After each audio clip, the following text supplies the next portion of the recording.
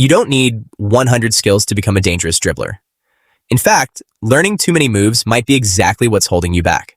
Because the best dribblers aren't thinking, which skill should I use right now? They see one thing, the defender's position. Then they make him react. That's the secret. You don't beat a defender with more moves. You beat him by making him move first. Give me the next few minutes and I'll show you exactly how to do it, what to practice, and how to make it actually work in real matches. First, forget everything you know about stepovers, elasticos, and flashy combinations. A skill move only works if it creates separation. That's it. Your goal isn't to make the defender look stupid. Your goal is to make his body move one direction while you explode in another. Think about Messi. He doesn't need 5 stepovers before attacking a defender. Sometimes it's just a tiny shift of his shoulder, a change of pace, and one explosive touch. That's because defenders don't react to the ball first. They react to your body. If your shoulders, hips, and eyes convince them you're going left, their weight starts moving left. And the moment their weight commits, you've created your opportunity. So here's the first skill you actually need, the body feint. Walk toward the defender under control. Drop your shoulders slightly to one side. Let your hips follow the movement. Make the defender believe you're going there. Then push the ball in the opposite direction and accelerate. Don't make the mistake of doing the fake from 5 meters away. Get close enough that the defender has to react. The good rule is simple.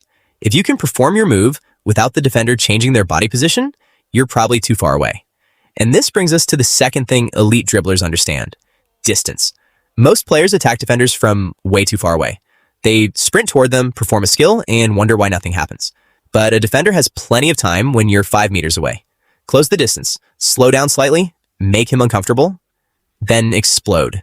You're not trying to beat the defender from where you are. You're trying to force him into a bad position. Here's a drill for this. Put a cone down as your defender, start about 10 meters away, and dribble toward it. As you get closer, reduce your speed. At roughly 2 meters, perform one body feint and accelerate past the cone. That's it. No step-over combination, no rainbow flick. One fake, one explosive touch. Repeat it from both sides until the movement becomes natural. Then make it harder. Have a real defender stand in front of you. Now they are allowed to move, but you only get one main move. This changes everything because you're no longer practicing a choreography. You're learning to read a human being. And that's the third secret. Stop deciding your move before you see the defender. This is where many players go wrong. They decide, I'm going to do a step over before they even reach the defender. Now they're not reading the game. They're performing a routine. Instead, look at the defender's hips. Not their feet, not their face, their hips.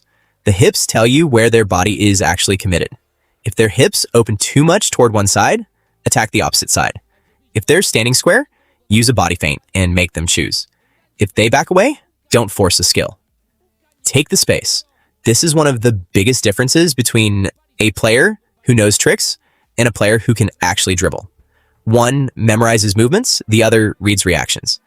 Now let's talk about the most underrated weapon in football, the change of pace. You can have average skills and still beat defenders if you understand speed changes. Watch elite dribblers carefully. They rarely move at one speed. They approach slowly, freeze the defender, then explode. And that explosion doesn't need to last 10 seconds. Sometimes 3 powerful steps are enough. So here's your next drill. Set up 3 cones in a straight line. Slowly approach the first cone. Accelerate past it. Slow down at the second. Accelerate again. Then repeat in the opposite direction. You're training your ability to change gears because a defender who doesn't know when you're going to accelerate is much harder to control.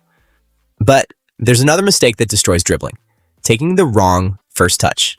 Your first touch after beating the defender should not go straight into them. It should go into the space you've created. Imagine the defender is standing here. You fake inside, he shifts inside, you go outside. Your next touch should push the ball forward into the space beyond him, not sideways, forward. This is why the first touch and acceleration have to work together.